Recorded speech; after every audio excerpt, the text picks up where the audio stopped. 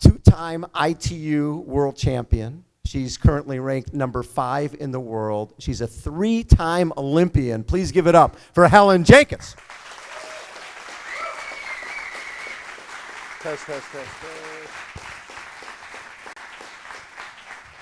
me put my glasses on and get you all set here. Let's see, how do we turn it? Oh, test. Whoa, here you go. Thank you. There you go. Hey, Helen, how are you? I'm good, thank you. Thanks for having me, guys, and thank you for the warm welcome. It's wonderful to have you. So, growing up in Wales, was swimming your sport? Yes, I started off as a swimmer. I swam pretty much from my parents put me in the water pretty much as soon as I was born. I loved it, but I was never ever going to be, a good swimmer. I got to the age of 15, and I was always watching the Olympics. I'm like, you get to that age, it's like, that is not going to be me, is it? So you could sort of tell. Yeah, and I think I asked my dad, I'm like, am I going to go to the Olympics? And he's like, not in swimming. Maybe if you buy a ticket. Yeah, or put some fins on. Yeah. And it was around that age I got introduced to the sport of triathlon. I knew what it was. My dad used to do it, so I was aware of triathlon, and I tried it at age 15, and I fell in love straight away. Well, and you're one of the gals you swam with.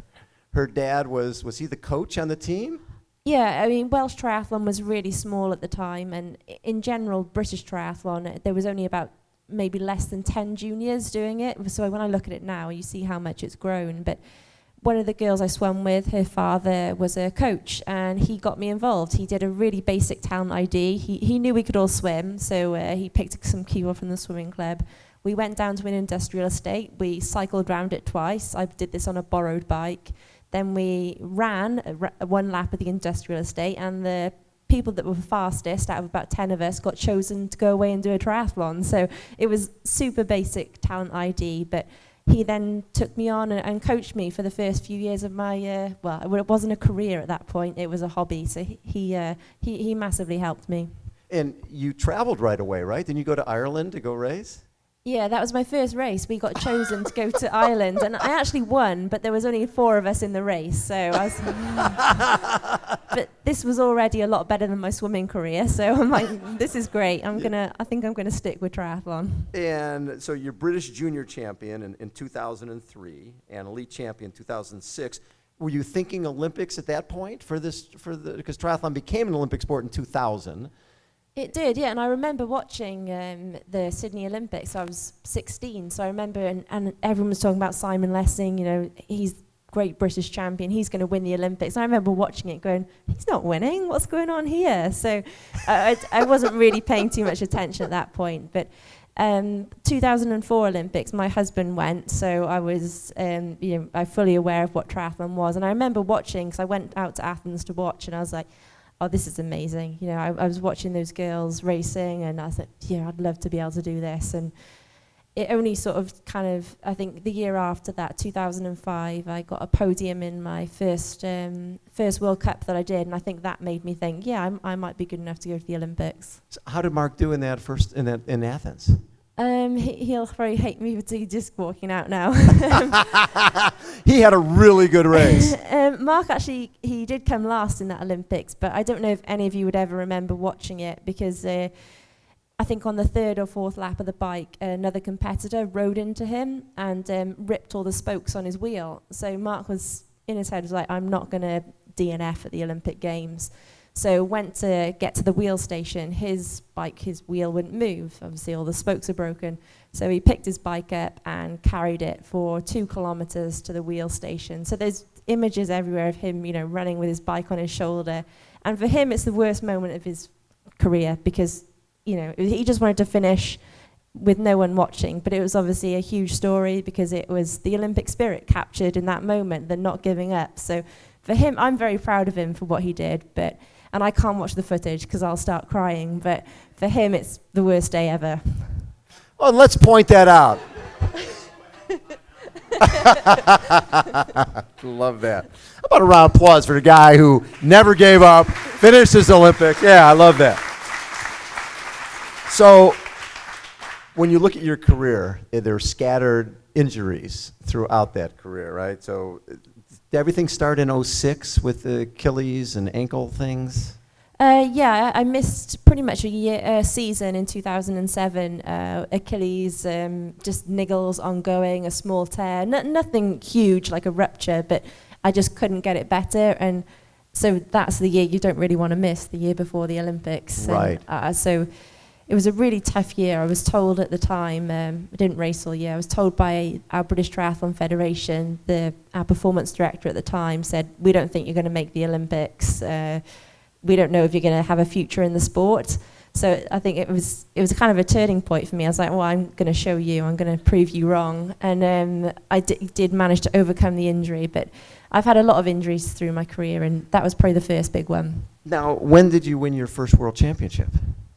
Yeah, 2008. 2008, yeah. Yeah, so you sort of showed him that maybe you weren't washed up. Yeah, I think so. Yeah, I definitely showed her that year, and she did actually apologise when I won world championships and qualified for the Olympics. She did, so she, it was nice of her. My bad. Yeah, it was nice of her to apologise, but I don't think you actually realise how much you want to do something until you can't do it. And that year, although it was horrible not being able to do the sport, it made me realise how much I loved triathlon and wanted to do it. And I remember watching the races that year going, I'm sure I can do better than that. And it was a turning point for me because I used to be terrible on the bike, absolutely terrible. I got dropped in so many races, and that year all I could do was swim and ride. So I rode so much, and it was a massive turning point. It made me a better athlete that year, being injured.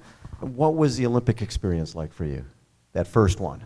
Beijing was, amazing experience. I mean, China's just so vast, and the Olympics was huge, and I mean, I didn't have a great race. I was pretty burnt out by that point. I raced pretty much from January non-stop to get to the Olympics. Just so get enough points to get to the trials and then get there. Yeah, just to get there. So I think I finished up 18th, and it was a great experience to have gone, and it made me hungry for sort of success because London had been announced as the next Olympics. So I think from that point onwards, from 2008, it was all about London in 2012. When I look at, from 2002 to 2010, you did 42 ITU races, 28 top 10s, 14 medals. I mean, that's really a lot of consistency considering you were dealing with a lot of injuries along the way. Yeah, I'm pretty consistent when I'm racing and not injured. I tend to do all right. So I just need to not be injured. That's the problem. So out of those races, were there some that meant more than others? I mean, when you look back, was there a race that meant the most to you? In that period, probably the race that I qualified for the Olympics, and that was a race in Madrid, and that was an amazing feeling, crossing the finish line. I knew from about a lap to go, so 2.5K to go, that I was going to qualify. And I think it's the only race I've ever finished, and I literally had tears running down my face. It meant so much to actually qualify for that race. And winning Worlds in Vancouver, it was such a shock. It was such a shock to me to actually win that race. So, and no one had come, like none of my family had come because it was a last minute decision to go. So I kind of finished, and I was like, what do I do? Like I put my arms up, and it was just, I was a bit lost. You surprised yourself. I completely surprised myself. That is great. 2009, third in the grand final on the Gold Coast, and then you win your second world title in 2011. Did the second one mean more than the first? I wish I'd enjoyed the second one more. The 2011 was probably the best year I've ever had. I raced really well all through the year. Won my first World Champ Series in London. But I never took the time to appreciate it because I was always thinking about London the following year. And you've just got to, I've learned from that, you have to appreciate every race and never be looking too far forward. You have a good performance, enjoy it, celebrate it, because you should live a bit more in the moment. And that year was all about London, London, London. So I think as soon as I finished the World Series, I was really pleased to have won, but we didn't celebrate anything. It was just like, right, let's get stuck into training for London. Now, when you raced here in San Diego in 2012, was that your first time to San Diego? And I'd been several times before, but this is my first time I'd raced out here, and I loved it. I mean, it's still probably one of my favourite races, so probably because I raced the best that I've ever raced, but yeah, it's the home of triathlon, and to race in Mission Beach, and I think it was just, it was really How many cool. people did that race? Yeah, that IT race. That was pretty special. So in that race, You got away on the bike with Laura Bennett, and there was a little group of you guys, Aaron Dempsham. You guys worked together, and I think the group had a pretty good lead, like a 2-minute lead off the bike. And then Aaron Dempsham got away in the run on the first lap. But then you caught her, and didn't just catch her, you put like a minute into her in the last lap. Yeah, I think that race in Mission Beach was the best race I've ever had in my life. I think I led out the swim. We had a group working on the bike, and yeah, the run of my life. And so San Diego is always going to be special to me for that reason. And that's probably one of my favorite races I've ever done as well. Well, and there was a lot at stake too for the Americans. That was our Olympic trials, right? That's where Laura got her spot.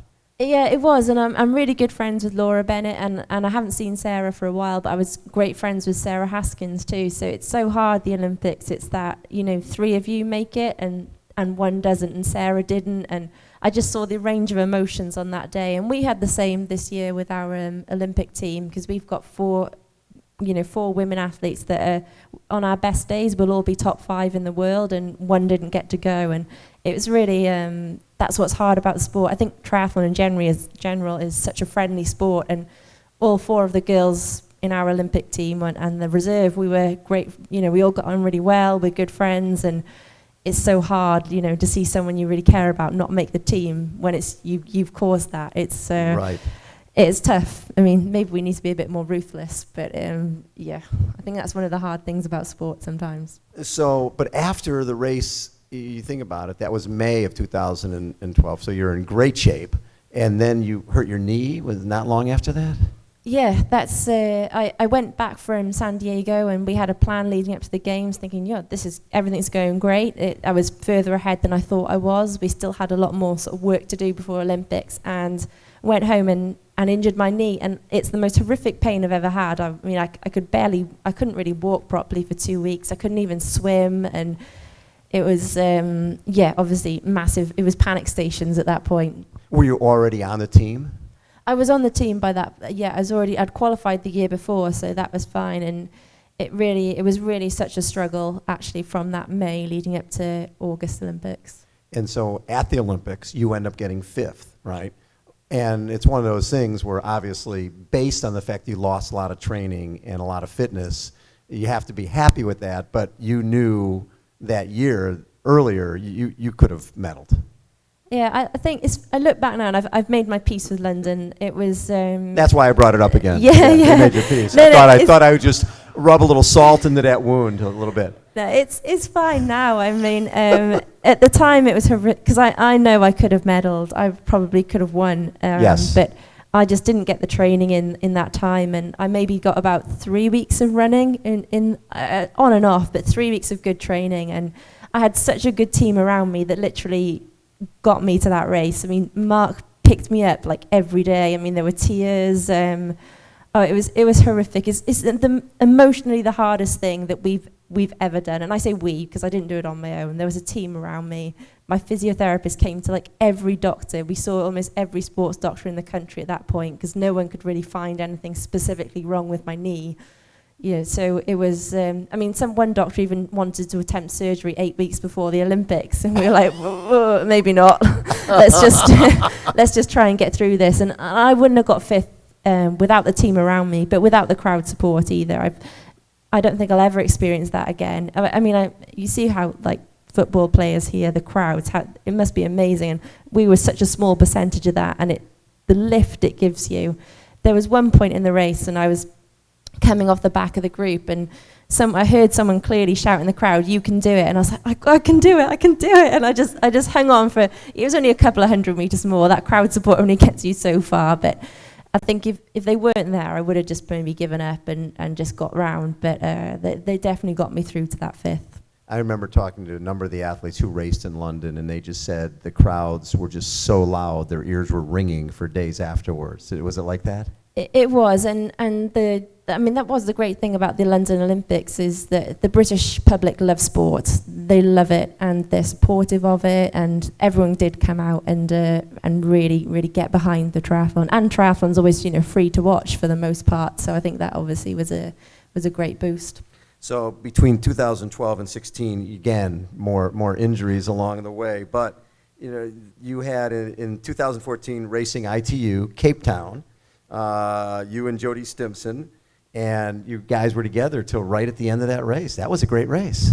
Yeah, it was a great race, and in the end we worked out my knee problem was coming from my back, which was why no one could figure it out. So I managed to get that sorted through 2013, and yeah, had a great start to 2014, and me and Jody, had a great battle for first and second in that race. An interesting part, you guys were first and second, and there was a gal in third named Gwen Jorgensen, who, you know, she was 2:15 down off the bike. She was in 16th place. She ran 32:16 off the bike, moved up to third.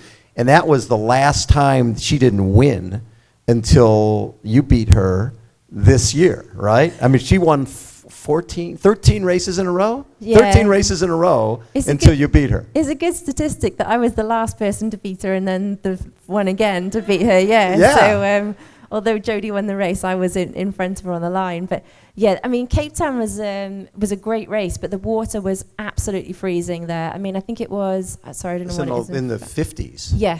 In the one 50 of the degrees, coldest water I've ever swum in. So and that did have a big impact on the swim. And we had a group away on the bike, and we had about 5 British girls in there, which I think we were all really motivated and managed to get a good group going. And you guys are used to cold water. Yes, we are very used to cold water.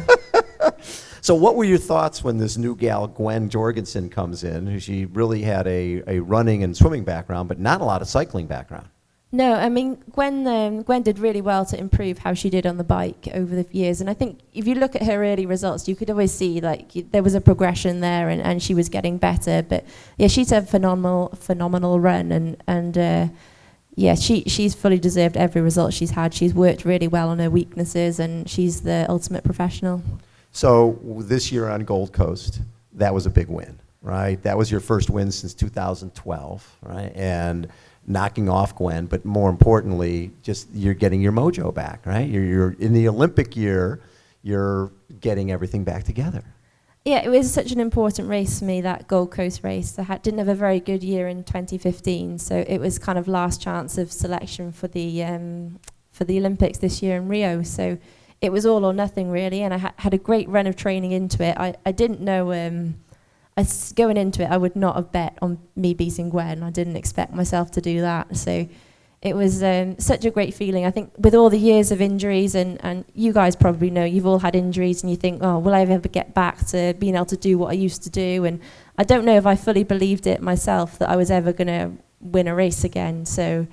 Or a big race like that. So it was more about, I mean, it was amazing to beat Gwen because she'd had that streak, but I think for me it was just about, oh my God, I've done what I can do again. I didn't actually know it was going to happen. So did that race put you back in the Olympics, or did you still have to do more? No, that race selected me for the Olympics, yeah. It made it even more important. Yeah. Were you starting to doubt that you might get to your third Olympics?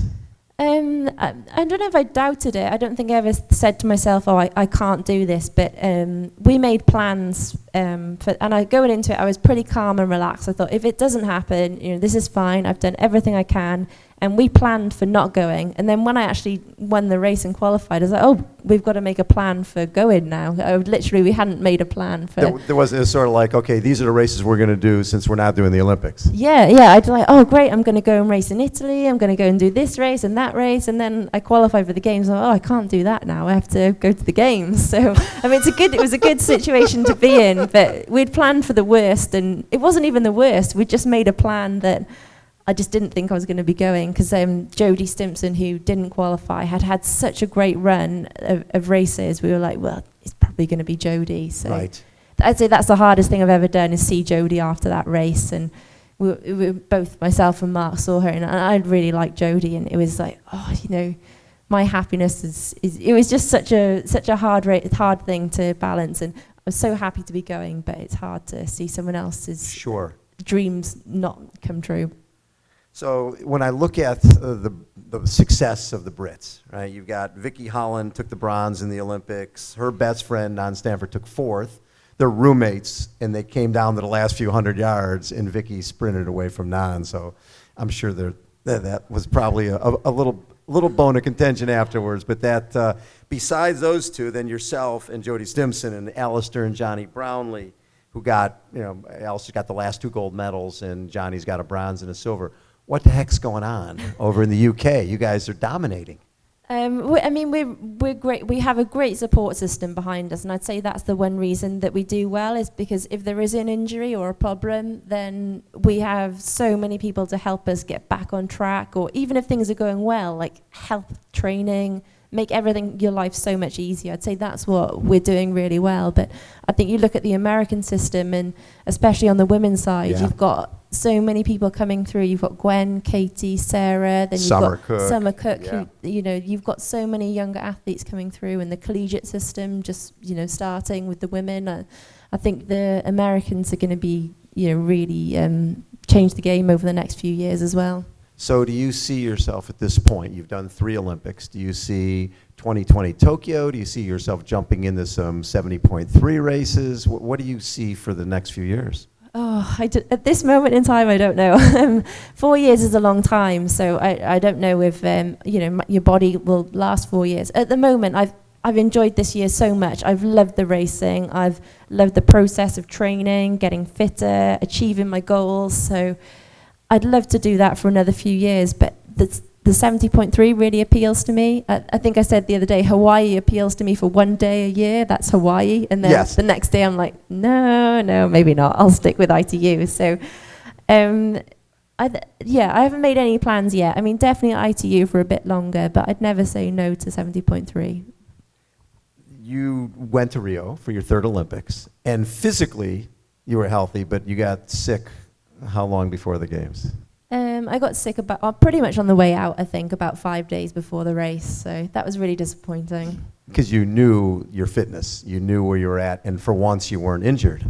I was in great shape. I was in, I think, probably better shape than I'd been going into the Gold Coast earlier that year. So I was pretty excited about racing, but you just can't control every aspect, can you? You do everything you can to stay healthy, and I'm sure you guys have all done the same. You train hard for a race, and then you get a cold or something knocks you off your game, and I'm really disappointed, but it's sport. That's the way it goes sometimes. So I think it was quite easy to accept. I mean, it was disappointing. You just think, just a bit of bad luck, but I did everything I could, and I can take, I'm happy that I prepared the best I could. It's just disappointing that happened. You knew you were better than 19th.